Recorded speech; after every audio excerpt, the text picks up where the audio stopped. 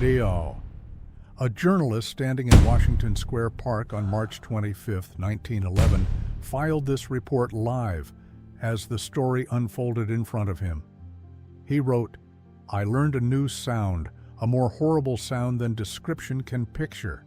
It was the thud of a speeding, living body on a stone sidewalk. Thud dead, thud dead, thud dead, thud dead. 62 thud deads." They were girls. Most of them were between 14 and 23 years old. They had gone to work that Saturday morning, a normal morning, a payday, and they never went home. This is their story, and the story of the country they changed forever by dying in it. Welcome to The Burning Oath, the channel that never flinches from the fire, from the history, or from the truth. Tonight we are going back to a single afternoon in New York City, March 25, 1911, and we are going to tell you the full truth of what happened, not the sanitized textbook version, the real version, with names and faces and the sound of 62 bodies hitting a sidewalk. The Triangle Shirtwaist Factory fire killed 146 people in 18 minutes. The firefighters arrived and their ladders did not reach the floors that were burning. The exits were locked. The fire escape collapsed under the weight of the women trying to use it. The owners were put on trial for manslaughter. They were acquitted. They were fined $75 for each life lost. Their insurance company paid them $400 per life, meaning they actually profited from the deaths of their own workers. And then, because of the 146 who died, America changed more than it had in a generation. The fire that should never have happened produced the laws that protect every worker in this country right now. This is the day the sky fell. Stay with us. Every second of this story matters.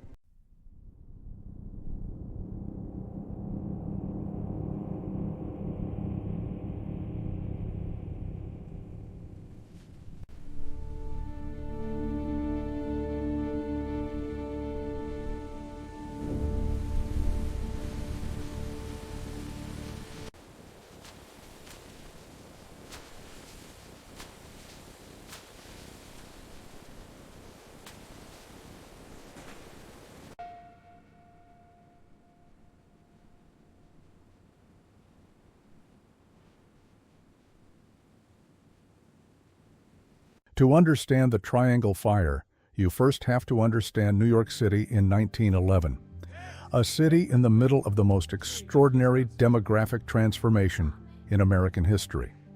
Between 1880 and 1924, approximately 20 million immigrants arrived through New York. Italians fleeing grinding rural poverty, Jewish families escaping the pogroms of Eastern Europe, the organized massacres that swept through Russia, Ukraine, and Poland, burning entire villages and killing thousands. They came with nothing but the names of relatives who had arrived before them and the desperate conviction that America would be different. By 1911, more than 40% of New York's population was foreign-born. The Lower East Side was one of the most densely populated places on Earth. Families of 8 in 3 rooms, children sleeping in shifts, and the garment industry was waiting for them.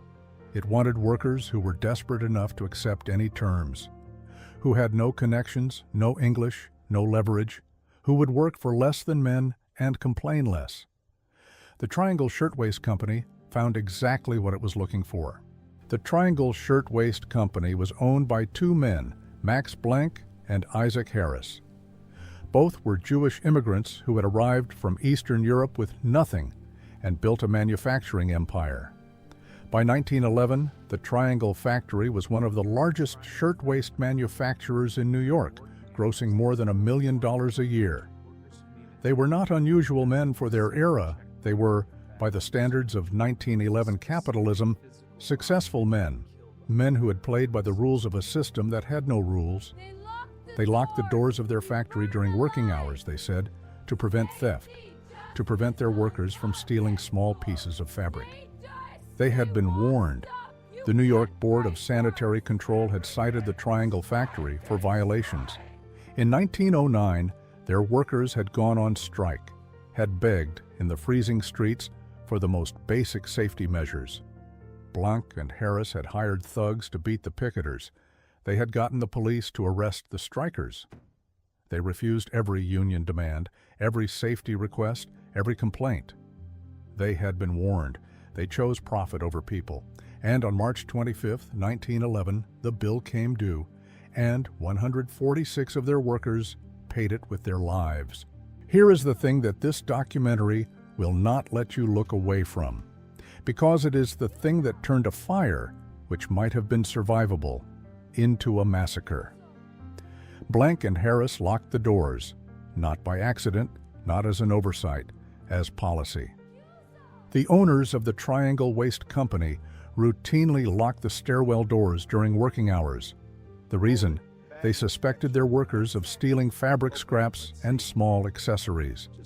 At the end of each shift, workers were required to file out through a single door where a manager or supervisor could examine their bags.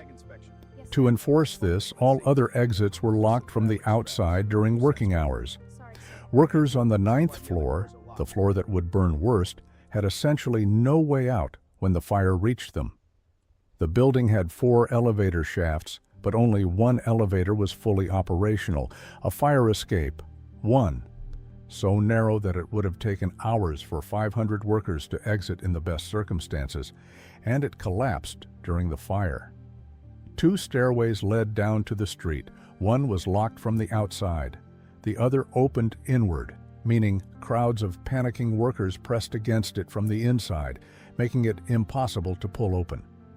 This was not an accident. This was the cost-benefit calculation of 2 men who decided that preventing theft was worth more than their workers' ability to escape a fire. Before the fire, before the death toll, before the legislation, there were people. And this documentary is going to make you know who they were. Rosaria Maltese, 14 years old. She had been working at Triangle for 1 year. Her mother and her sister Lucia worked alongside her. All 3 died. Fanny Rosen, 11 years of age, listed on the factory rolls, likely a lie her family told to get her the job. Killed. Kate Leone, 14. Her father identified her body at the pier on the Hudson River where the victims were laid out. These were not abstractions. They were children. They were the daughters and sisters of families who had come to America specifically to give those daughters and sisters a better life than the one they had left behind. They were young women who had gone on strike just 18 months before the fire, who had walked picket lines in winter, who had been beaten by hired thugs while police looked away, who had fought for the right to work in conditions that would not kill them. They had lost that strike. They went back to the factory, and on March 25, 1911, a Saturday afternoon, payday, the fire found them. Let's be precise about Max Blanck and Isaac Harris, because this documentary is going to hold them accountable. They were both Jewish immigrants who had come up through the garment trade themselves. They understood the industry from the bottom. They had been workers before they were owners, and somewhere in their rise, they made a series of choices that killed 146 people. The Triangle Waste Company had previously had a fire. In 1902, and again in 1907, smaller fires broke out in their facility, in the same scrap fabric that would ultimately feed the 1911 Inferno. The New York Board of Sanitary Control had issued warning notices to the factory for safety violations. Those warnings were not acted upon. Blanck and Harris had been arrested for operating a sweatshop, and the charges had been handled. They had survived previous fires. They had survived union organizing. They had survived the 1909 strike by hiring thugs to beat the strikers. They believed they were untouchable. They had reason to believe it because no one had yet stopped them. On March 25, 1911, they were in the building when the fire started. They escaped across the roof. They watched their workers die from the relative safety of an adjacent rooftop. Saturday, March 25, 1911. It is payday. In the culture of immigrant New York, Payday Saturday had a particular significance. It was the day that made the week's misery meaningful, the day wages were counted and rent was calculated, and small pleasures might be possible. The factory is winding down. It is about 4:30 in the afternoon. The machines are still running, but the workers can feel the end of the shift approaching. Some have already begun putting away their work. The Asch building holds approximately 600 people that afternoon across its 3 floors. On the 8th floor, the cutters and their tables, the fabric bins, the pattern department. On the 9th floor, the largest concentration of workers, roughly 300 women at their sewing machines. On the 10th floor, the executive offices and the packing and shipping department. It is a warm Saturday afternoon. There is the particular anticipation of a late winter payday. Some of the women on the 8th floor are counting their pay packets. The machines are winding down.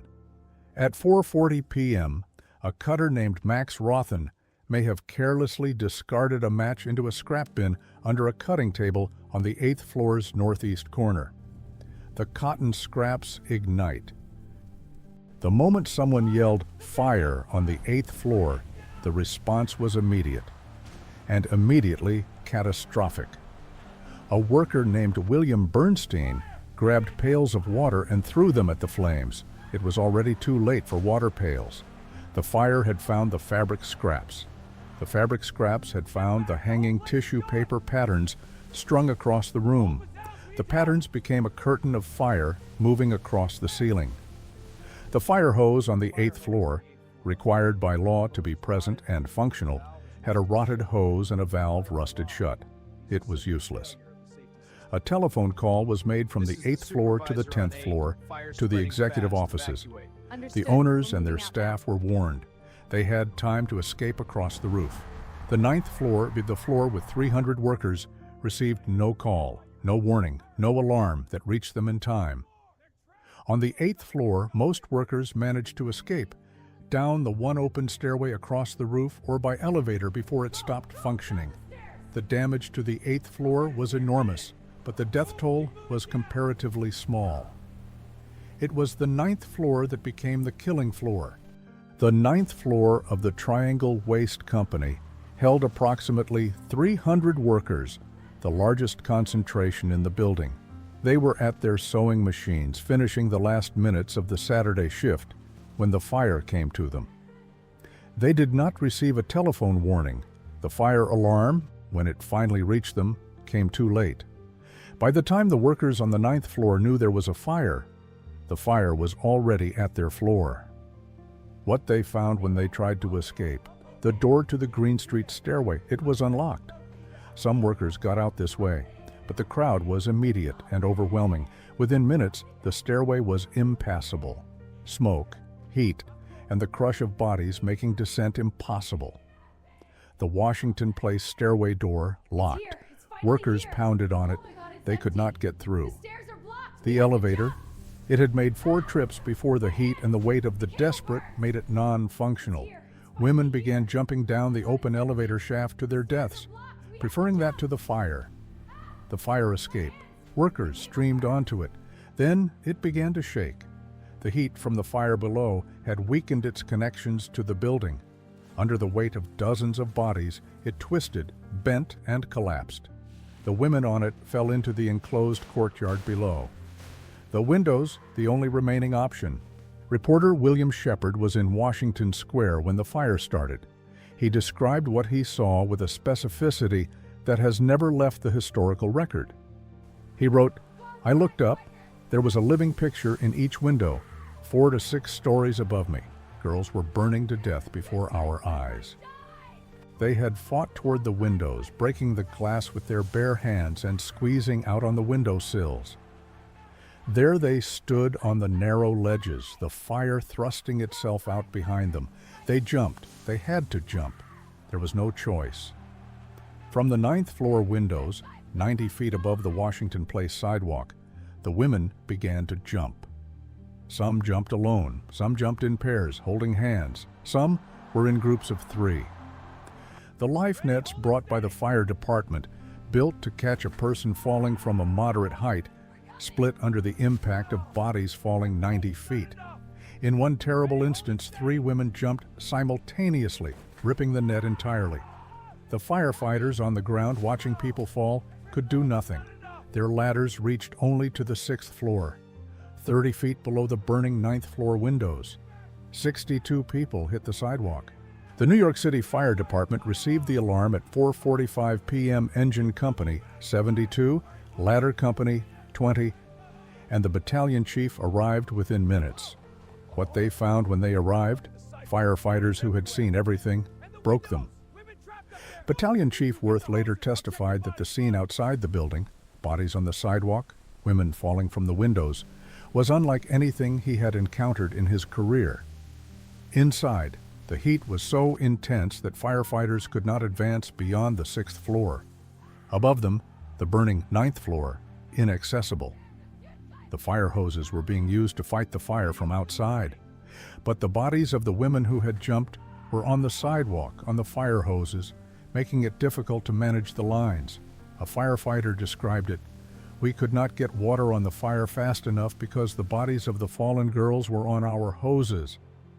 These firefighters, who were trained for fires, for rescues, for the worst that fire could produce, were helpless, not through lack of skill or courage, through the mathematics of distance and the architecture of inadequacy. The ladders went to 6. The fire was at 9. There was nothing in between, nothing at all.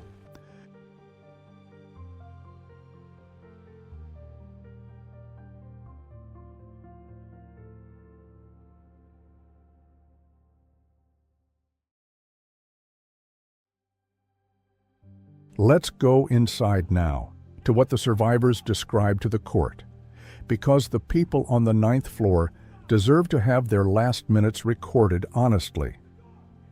Ida Wilensky was on the 9th floor. She made it to the Green Street stairway and survived. She testified, "When I heard fire, I ran to the door leading to the stairs and it was open. Many girls were at the door. I pushed myself into the crowd and got to the staircase." Sophie Zimmerman was also on the 9th floor. She testified, "I ran to the door on the Washington Place side and it was locked. I went back and saw girls running from all directions. There was screaming and pushing." The 8th floor cutter who had warned the 10th floor by telephone, the 9th floor never got that call. When the fire reached their floor, some workers didn't know there was fire until they smelled smoke and saw the flames coming through the floor.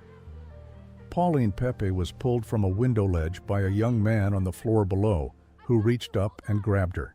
She survived. Mary Goldstein locked herself in the bathroom on the 9th floor, staying there until firefighters broke in. She survived. For every survival story, and there were extraordinary ones, there were the ones who did not survive. The ones trapped at the locked Washington Place door. The ones on the fire escape when it fell. The ones who ran out of floor and ran out of options.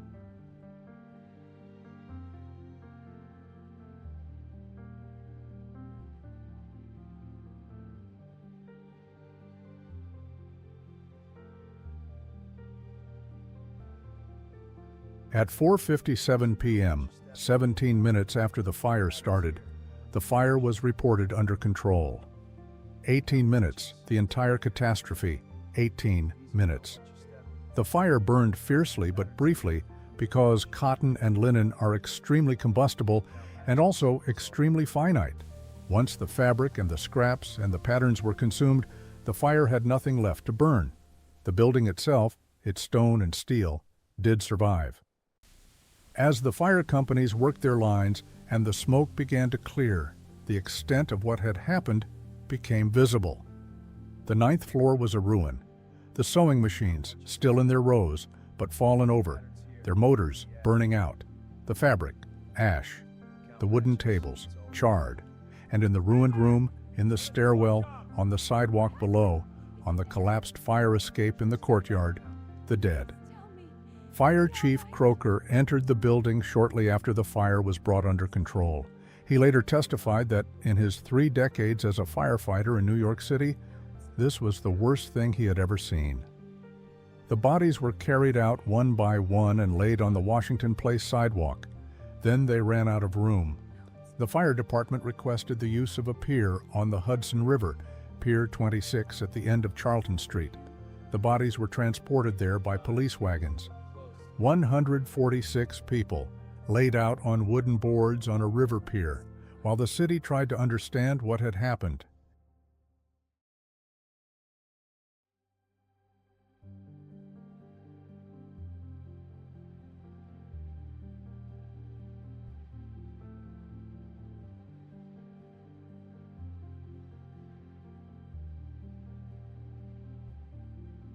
As night fell on March 25, 1911, the full scope of the disaster became clear to New York City. Newspapers put out extra editions. Their front pages were unlike anything seen since the Slocum disaster of 1904. The Lower East Side, the immigrant neighborhoods from which most of the workers had come, was in a state of collective shock. Families who had not yet heard from daughters or sisters or mothers were going door to door, going to the pier, going to the hospitals. The hospitals had received dozens of survivors, some with burns and smoke inhalation, some with broken bones from jumping onto fire nets or through windows to lower floors. The surgeons worked through the night. And on the street outside the Asch building and at Pier 26, the families of the workers gathered. They stood in the dark, in the cold of early spring, and they waited, and one by one, the terrible answers came. Frances Perkins was a young social worker who happened to be having tea with a friend in a townhouse near Washington Square when she heard the commotion. She ran outside, she watched the women fall, she watched the firefighters' ladders stop short, she watched everything. She said 50 years later, "I can't begin to tell you how disturbed the people of New York were. It was as though we had all done something wrong."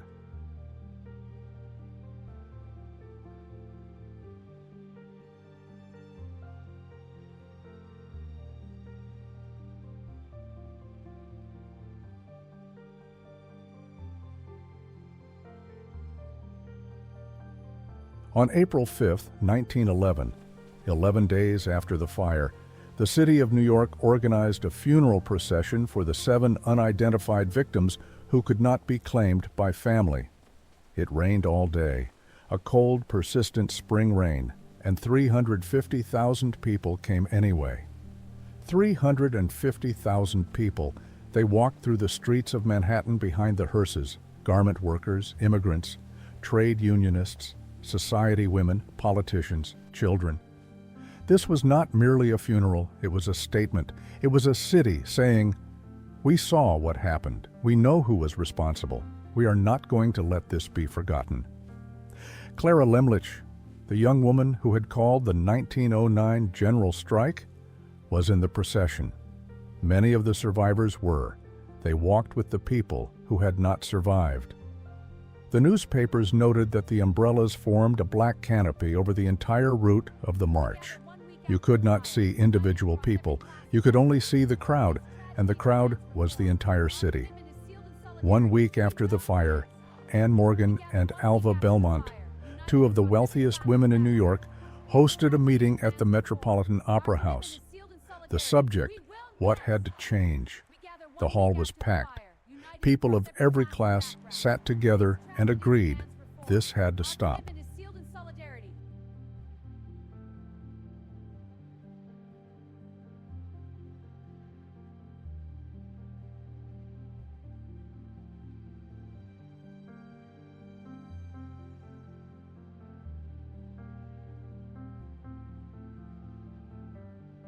In mid-April 1911, Max Blanck and Isaac Harris were indicted on charges of first- and second-degree manslaughter.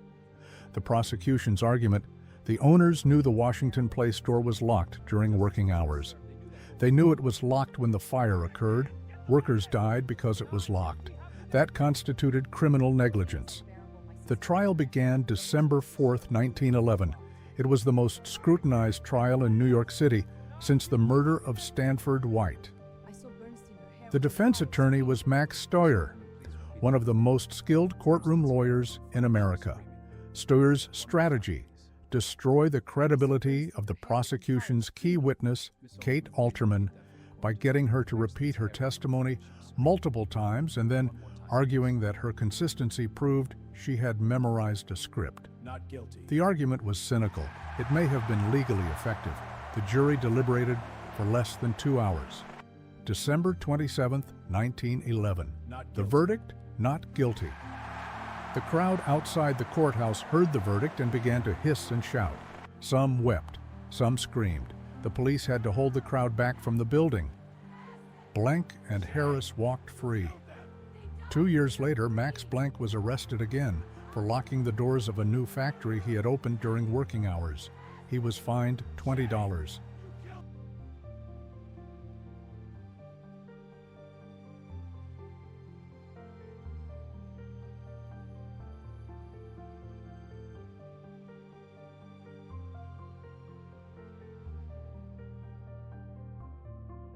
Here is the financial accounting of the Triangle Shirtwaist Fire, because it needs to be said plainly. The Triangle Waist Company's insurance policy paid out $60,000 in the aftermath of the fire at a rate of $400 per life lost. The company's actual losses, property, equipment, the factory, were calculated at approximately $32 per life. The insurance payment exceeded the actual loss by nearly $28,000. Blanck and Harris turned a profit. The families of the dead received civil lawsuit settlements averaging $75 per victim. That is also the amount the court fined Blanck and Harris. $75 per life. The Metropolitan Life Insurance Company paid the families of some victims death benefits, but only if they had purchased policies, which many could not afford. The International Ladies Garment Workers Union and various charitable organizations collected and distributed funds to the families of the dead.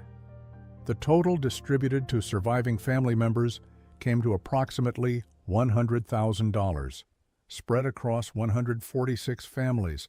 That is approximately $685 per family, in a city where rent alone was $12 a month. The workers who survived went back to the garment industry because they had no choice, because $685 does not last a year, because their dead sisters and daughters had not been working for pleasure. Within months of the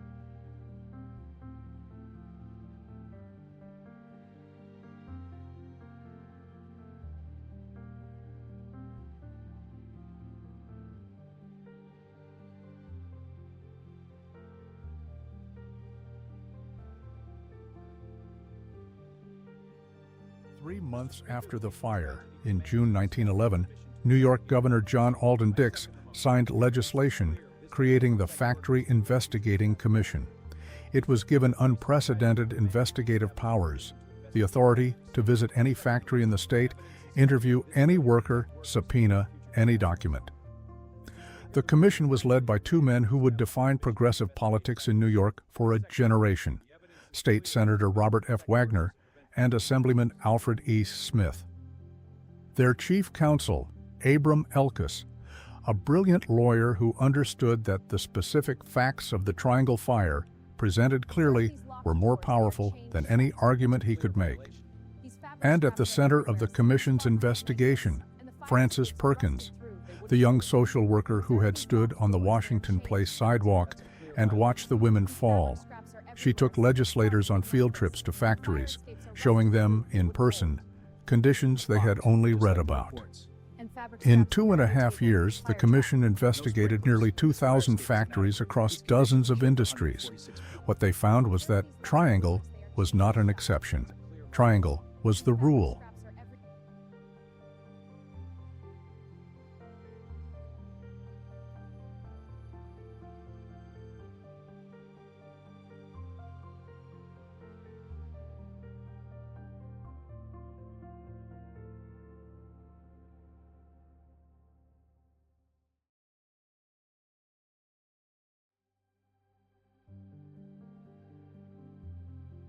Al Smith was a Tammany Hall politician.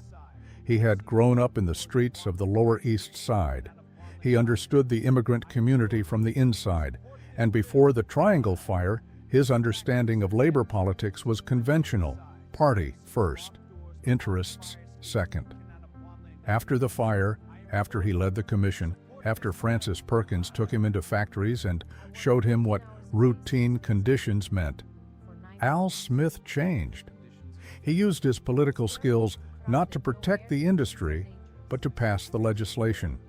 He understood the politics of Tammany Hall well enough to navigate its corruption and still get the bills through. He called in favors, he made deals, he got the votes. Robert F. Wagner was a German immigrant who had come to America as a child and put himself through law school while working. He understood immigrant workers not as a political constituency, but as people. After the fire, Wagner drove the legislative agenda with a specificity and persistence that produced real law. Together, Smith and Wagner, they shepherded 36 new labor laws through the New York State Legislature between 1911 and 1914. These laws became the template, not just for New York, for the nation. When Franklin Roosevelt became president 20 years later, he brought Al Smith's former deputy, Frances Perkins, into his cabinet as Secretary of Labor, and she built the New Deal on the foundation that Triangle built.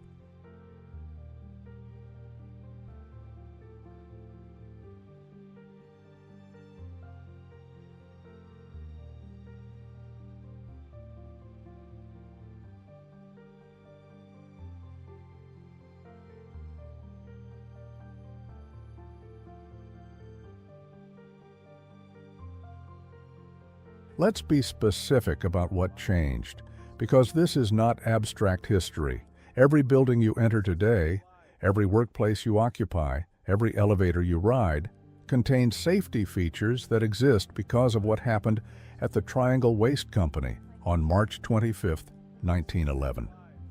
Mandatory sprinkler systems in all factories above a certain size, not optional, required. Fire exits that cannot be locked during working hours, not just suggested. Required by law, inspected regularly with criminal penalties for violation.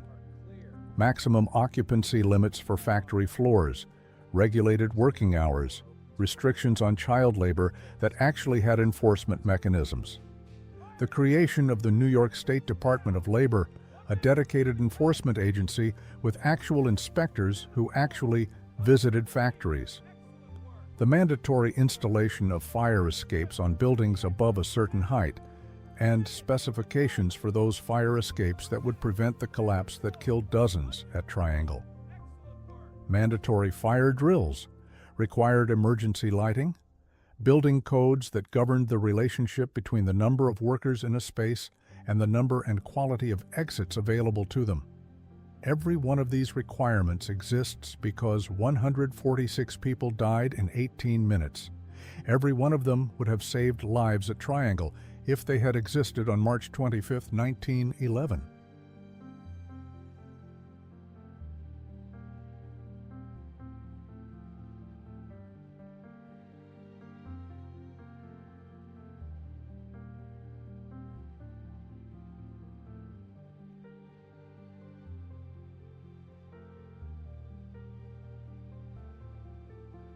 The Asch Building at 23 to 29 Washington Place still stands. It is now owned by New York University and called the Brown Building. It houses classrooms and research offices. The 9th floor, the floor where most of the workers died, now holds science laboratories. The exterior of the building is essentially unchanged from 1911. The windows from which the women jumped are the same windows. The Green Street stairwell, the one that was unlocked, is still there. The Washington Place stairwell, the one that was locked, is still there. The difference is that both are now unlocked. In 1991, the building was declared a National Historic Landmark. In 2023, a memorial was unveiled at the base of the building, a dark reflective panel bearing the names and ages of all 146 victims.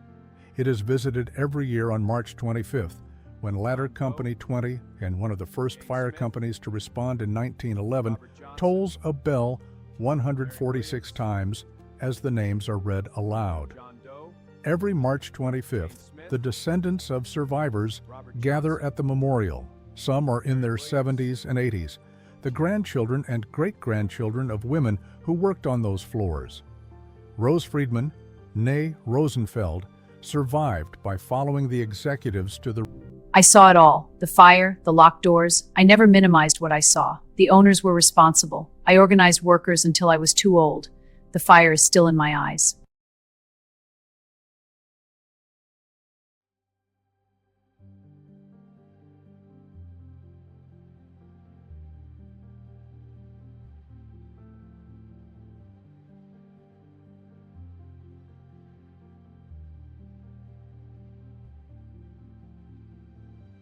Let's talk about the fire department specifically, because the Triangle Fire is not just a labor story or a political story. It is a fire story, and the fire service learned more from Triangle than from almost any other incident in its history. In 1911, New York City Fire Department ladders reached to approximately the 6th floor. The city's tallest buildings were already 10, 12, 15 stories tall, and being built taller every year. The gap between the fire department's equipment and the city's architecture had been growing for years, and nobody had done anything about it. Fire Chief Edward F. Croker had testified before city and state bodies about this gap. He had warned that high-rise building fires were an emerging crisis. His warnings had produced minimal response. The fire hoses at Triangle were rotted, and the valve was rusted shut, required by law, never inspected, never replaced. The fire escape was a single narrow metal structure on the rear of the building, leading to an enclosed courtyard. It collapsed under the weight of the people using it because it was inadequately bolted to the building.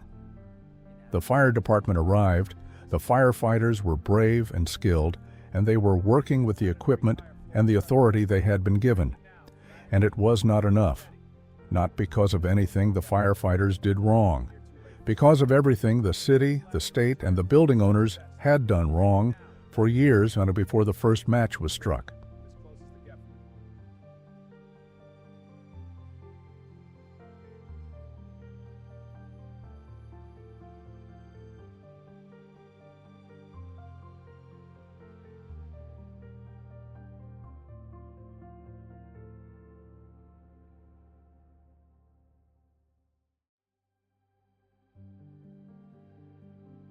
The Triangle Fire forced the American Fire Service to confront a problem it had been able to avoid: the high-rise building.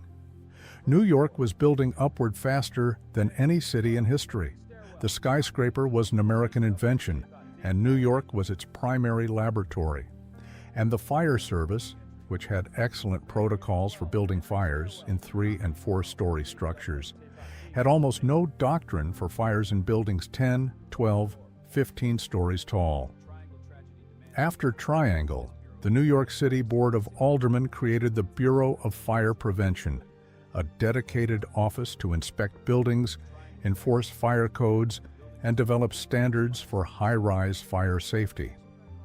The building code was amended to require fireproof stairwells, fire alarms, fire suppression systems, and to mandate the relationship between building height, occupancy, and number of exits.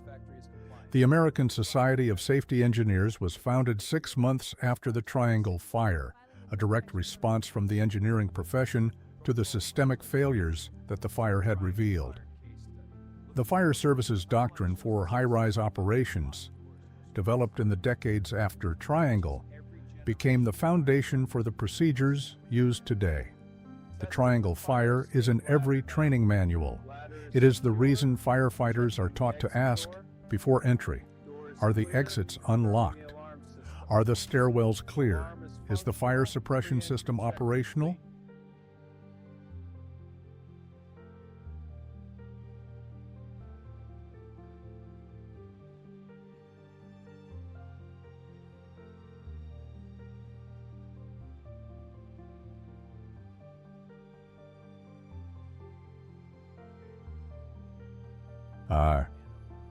We have been talking about 146 people.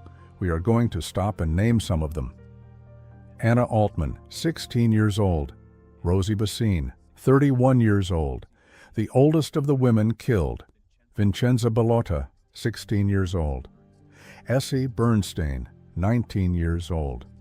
Fanny Rosen, estimated 11 years old. Her age was likely falsified to get her the job. Celia Salemi, 24 years old. Teresa Rosen, 22 years old. Yetta Goldstein, 20 years old. Bettina Miale, 18 years old. Sarah Sabasowitz, 17 years old. Catherine Maltese, her daughter Rosaria, 14, and her daughter Lucia, 19, a mother and two daughters, all three died.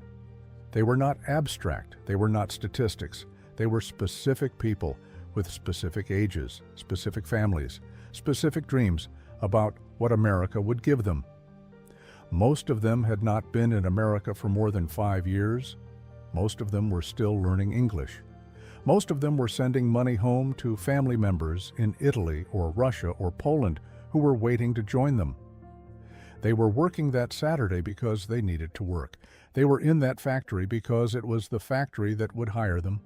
They died because two men decided that a locked door was worth more than their lives.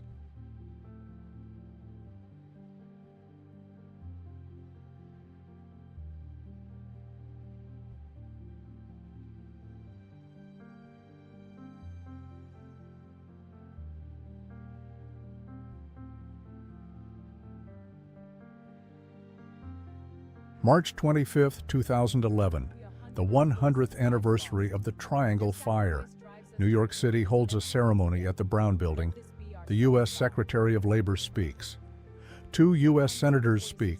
The mayor speaks. Thousands gather. At 4:45 p.m., the exact moment the first fire alarm was sounded in 1911, hundreds of bells ring simultaneously across New York City and in cities and towns across the country. Churches, firehouses, schools, organized by the Remember the Triangle Fire Coalition.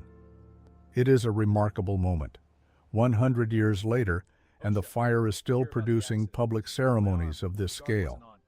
Why? Because Triangle is not just history. It is an argument, an ongoing argument about the relationship between workers and the institutions that employ them, between profit and safety, between what the law requires and what actually happens. Every time OSHA is funded or defunded, every time a minimum wage fight happens, every time a union is recognized or busted, every time a worker is killed by preventable workplace conditions, which still happens at the rate of approximately 15 per day in America, Triangle is part of the argument. It is the before picture, the one that shows what American workplaces looked like before the laws existed, the reminder of why those laws were written, the reminder of what they cost.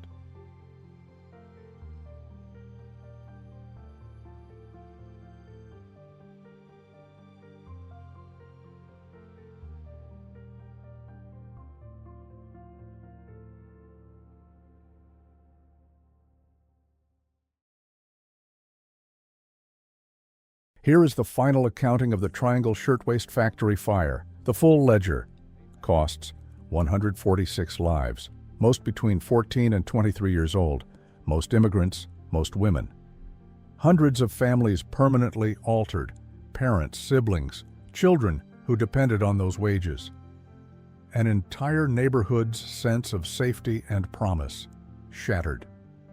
The specific grief of coming to America for a better life and dying in an American factory because the owners decided a locked door was worth more than their survival.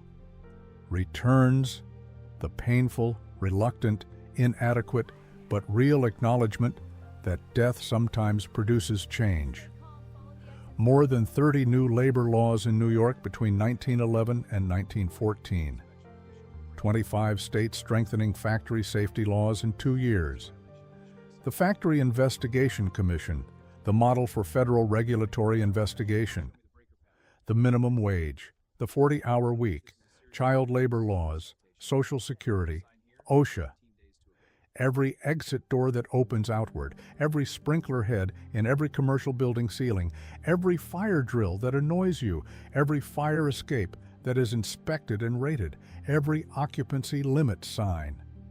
Frances Perkins, who watched the women fall and spent the rest of her long life making sure they didn't die for nothing. The 146 did not choose to be martyrs. They chose to go to work. The martyrdom was imposed on them by greed and negligence. The legacy was built by the people who decided that the cost was too high to be forgotten.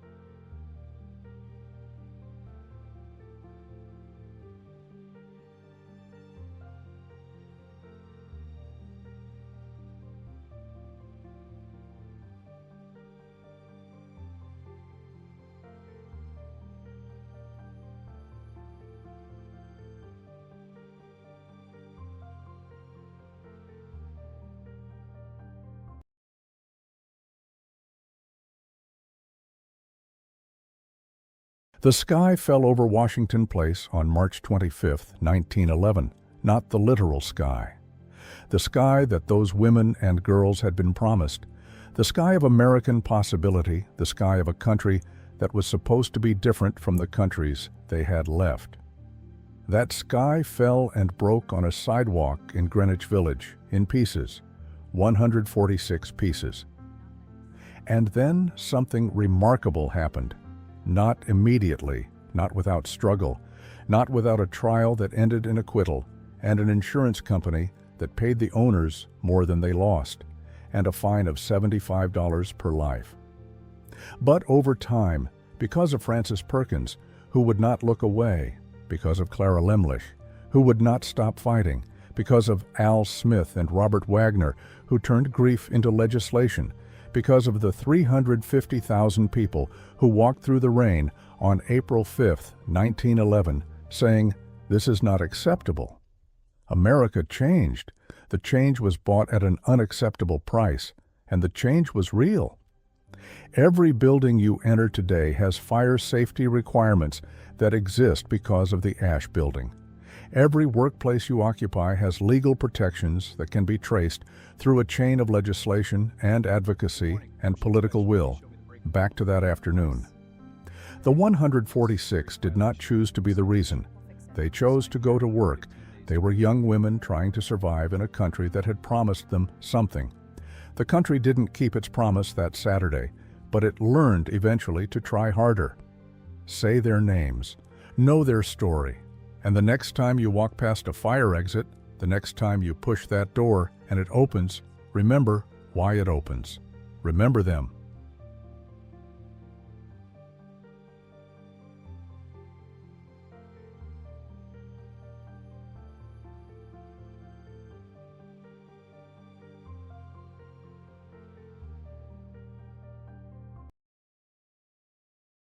If you are a firefighter watching this documentary, the Triangle Fire is your history. It belongs to you specifically.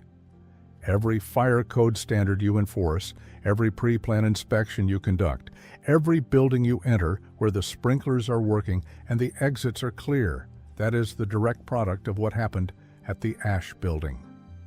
Fire Chief Croker testified before the Factory Investigation Commission.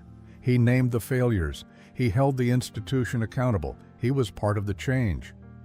The fire service has always been the first to arrive at the worst moments of human civilization. Triangle was one of those moments, and the fire service's response, not just on March 25, 1911, but in the decades of advocacy for better codes and better equipment that followed, is part of why the Triangle Fire is the last major industrial fire to produce this kind of death toll in a New York City factory.